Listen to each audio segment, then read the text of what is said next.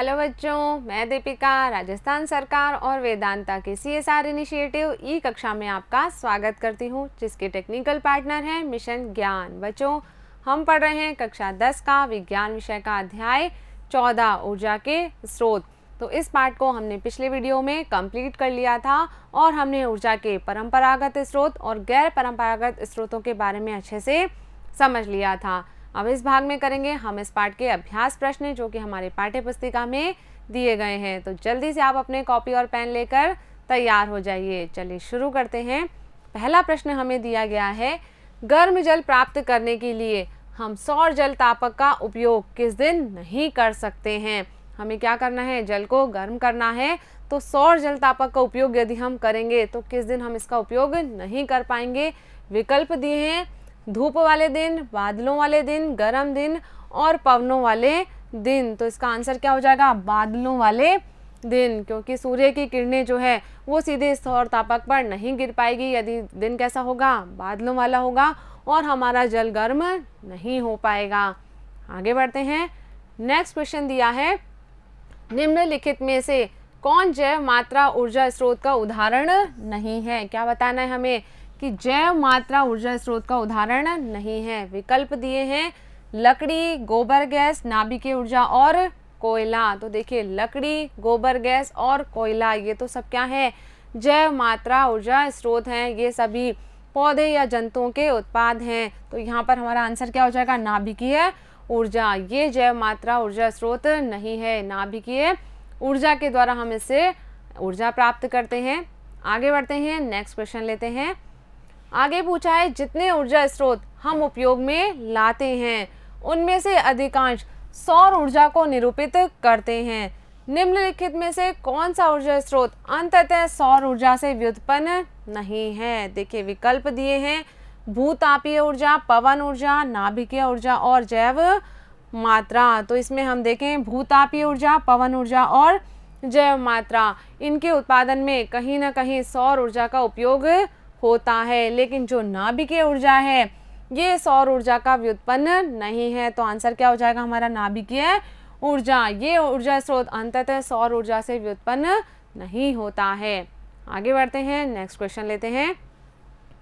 आगे पूछा है, ऊर्जा स्रोत के रूप में जीवाश्म ईंधनों तथा सूर्य की तुलना कीजिए और उनमें अंतर कीजिए। तो देखिए, हम जीवाश्म ईंधन और सौर ऊर्जा की तुलना कर सकते हैं।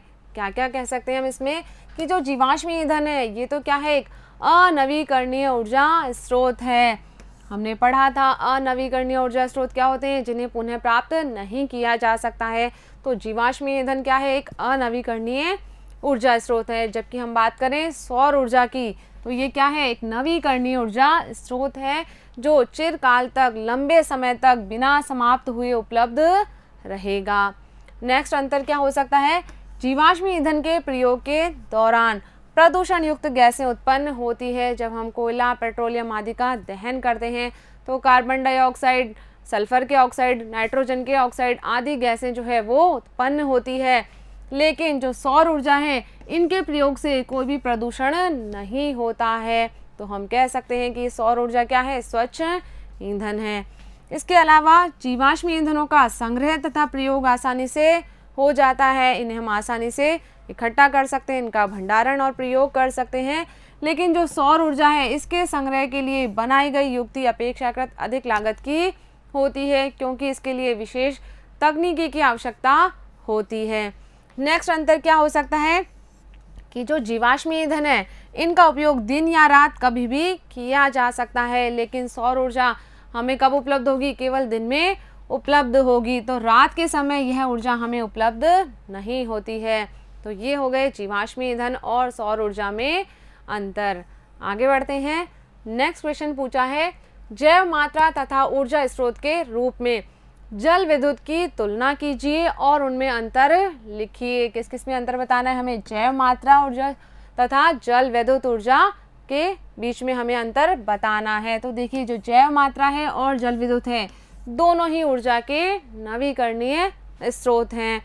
तो जो जैव मात्रा है ये मृत पौधों के भागों, पशु कचरे तथा अन्य प्राकृतिक पदार्थों के सड़ने से प्राप्त होती है, और यह प्राकृतिक प्रक्रियाओं का परिणाम है। प्राकृतिक रूप से ही हमें ये ऊर्जा प्राप्त होती रहती है। जैसे ही पेड़ पौधे या जीव जंतु मृत हो जाते हैं, या फिर जो पशुओं का कचरा है, गोबर आदि है, या जो प्राकृतिक पदार्थ हैं, पेड़ पौधों की पत्तियां हैं सड़ी गली, या सब्जियों के छिलके हैं आदि से हमें जैव मात्रा प्राप्त होती है। जब ये सड़ते हैं तो जैव ऊर्जा हमें प्राप्त होती है। लकड़ी, गोबर गैस आदि जैव मात्रा के कुछ उदाहरण हैं। जबकि यदि हम बात करें जल विद्युत की, तो ये हम किस तरह से प्राप्त करते हैं। जल विद्युत ऊर्जा प्राप्त करने के लिए जल को एक संभावित ऊंचाई पर बांध में संग्रहित किया जाता है और फिर उसके द्वारा टरबाइन को घुमाया जाता है। इससे ऊर्जा को बार बार उत्पादित किया जा सकता है। अभी हमने बात की कि ये क्या है, नवीकरणीय ऊर्जा स्रोत है। तो क्या करें, हम बांध बनाकर जल को संग्रहित कर लेते हैं और फिर उसको जो जल है उसे ऊंचाई से टरबाइन पर गिराया जाता है और फिर विद्युत का उत्पादन किया जाता है। तो बार बार हम इस ऊर्जा को उत्पादित कर सकते हैं। आगे बढ़ते हैं, नेक्स्ट क्वेश्चन लेते हैं। आगे पूछा है, निम्नलिखित से ऊर्जा निष्कर्षित करने की सीमाएं लिखिए। तो यहाँ पर किस किस की बतानी हमें, पवन की, तरंग की और ज्वार भाटा की इनसे ऊर्जा प्राप्त करने में क्या क्या सीमाएं हैं। तो सबसे पहले हम बात करते हैं पवन की। तो देखिए, जो पवन ऊर्जा फॉर्म है ये केवल उन क्षेत्रों में स्थापित किए जा सकते हैं जहां वर्ष के अधिकांश दिनों में तीव्र पवनें चलती है, क्योंकि पवन चक्की तभी घूम पाएगी जब पवनें जो है वो अधिक प्रबल होगी। तो जहां पर वर्ष में अधिकांश समय पवनें चलती है उन्हीं क्षेत्रों में इन्हें स्थापित किया जा सकता है। इसके अलावा पवन ऊर्जा फॉर्म स्थापित करने तथा उनके रख रखाव के लिए अधिक लागत की आवश्यकता होती है। जो धन हमें खर्च करना पड़ेगा वो भी बहुत अधिक होता है, क्योंकि जो पवन ऊर्जा फॉर्म है इनकी देखरेख भी करनी होती है और इनको स्थापित करने की लागत भी बहुत अधिक होती है। और क्या क्या सीमाएं हैं, इसे स्थापित करने के लिए एक बड़े भूखंड की आवश्यकता होती है। हमने बात की थी कि जो पवन ऊर्जा के फॉर्म है उनमें क्या किया जाता है, बहुत सारी पवन चक्कियां स्थापित की जाती है। तो इसके लिए हमें एक बड़े भूखंड की आवश्यकता होती है। और क्या क्या है, इसके द्वारा ऊर्जा उत्पादन के लिए पवनों की चाल कम से कम 15 किलोमीटर प्रति आवर होनी चाहिए। यानी कि पवनों की चाल जो है वो 15 किलोमीटर प्रति आवर तक होनी चाहिए, तभी ये पवन चक्कियां घूम सकती है। तो ये पवन ऊर्जा के उपयोग की कुछ सीमाएं हैं। नेक्स्ट हम बात कर रहे हैं तरंगे। तो तरंग ऊर्जा के उपयोग में क्या सीमाएं हैं कि जहां तरंगे अधिक प्रबल हो उस स्थान पर ही तरंग ऊर्जा का उपयोग करना लाभदायी होता है। तरंगों की प्रबलता यहाँ पर विशेष महत्व रखती है। तो जहाँ पर प्रबल तरंगे उत्पन्न होती हैं वहीं पर भी हम इसका उपयोग कर सकते हैं। व्यवहारिक उपयोग के लिए तरंगों की प्रबलता के साथ साथ उसकी बारंबारता भी अधिक होनी चाहिए, उसकी फ्रीक्वेंसी भी अधिक होनी चाहिए कि लगातार जो है वो प्रबल तरंगे उत्पन्न होती रहे। आगे बढ़ते हैं, नेक्स्ट बात करें हम ज्वार भाटा। तो इस ज्वारीय ऊर्जा का उपयोग की क्या सीमाएं हैं। तो ज्वारीय ऊर्जा का उपयोग करने के लिए सागर के किसी संकीर्ण क्षेत्र पर बांध बनाया जाता है जिसमें बहुत अधिक लागत आती है। तो देखिए, यहाँ पर भी हमें अधिक धन खर्च करना पड़ रहा है, क्योंकि हमें क्या करना पड़ेगा, जो सागर है उसके किसी क्षेत्र पर बांध बनाना पड़ेगा, तभी हम इस ज्वारीय ऊर्जा का उपयोग कर पाएंगे। और बांध बनाने के लिए हमें अधिक धन खर्च करना होगा। इसके लिए उस स्थान का चयन करना पड़ता है जहां ज्वार सामान्यतः आते ही रहते हैं। जहां पर ज्वार भाटा सामान्यतः आते ही रहते हैं उस स्थान पर ही ये संयंत्र स्थापित किए जा सकते हैं। तो ये ज्वारीय ऊर्जा के उपयोग की कुछ सीमाएं हैं। चलिए आगे बढ़ते हैं, नेक्स्ट क्वेश्चन लेते हैं।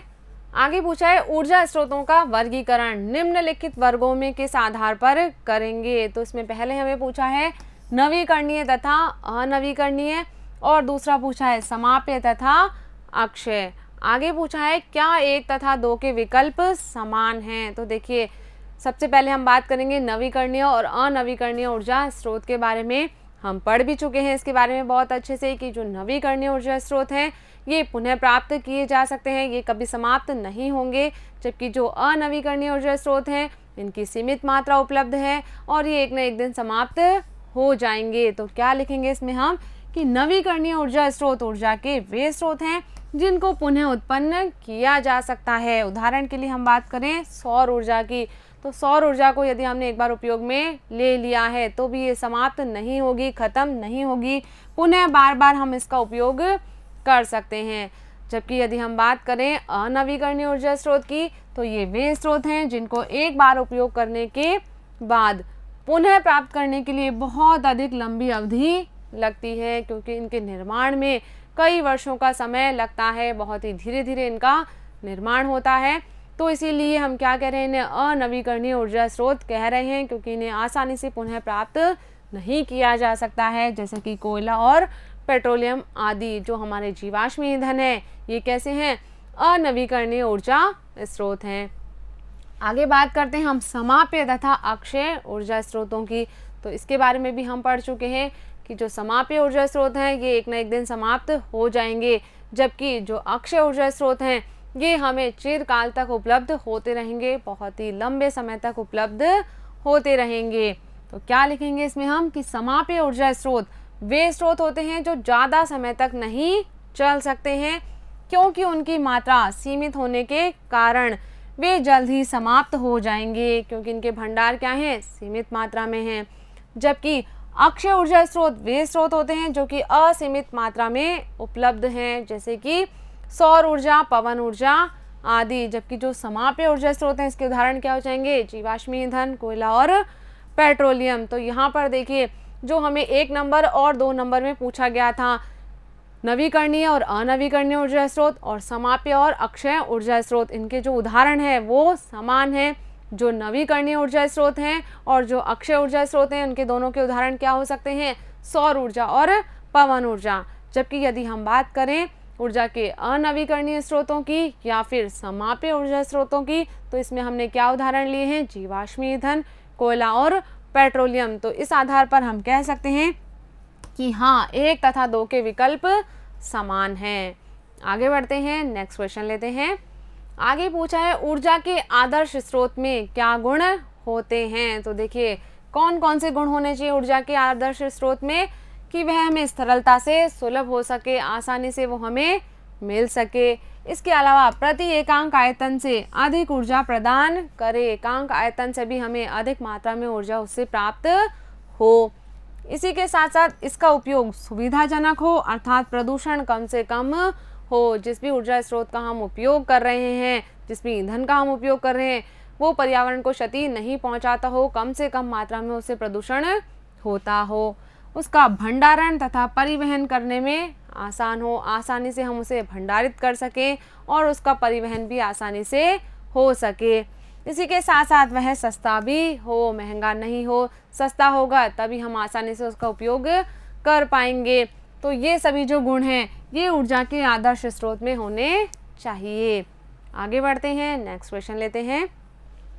आगे पूछा है सौर कुकर का उपयोग करने के क्या लाभ तथा हानियां हैं।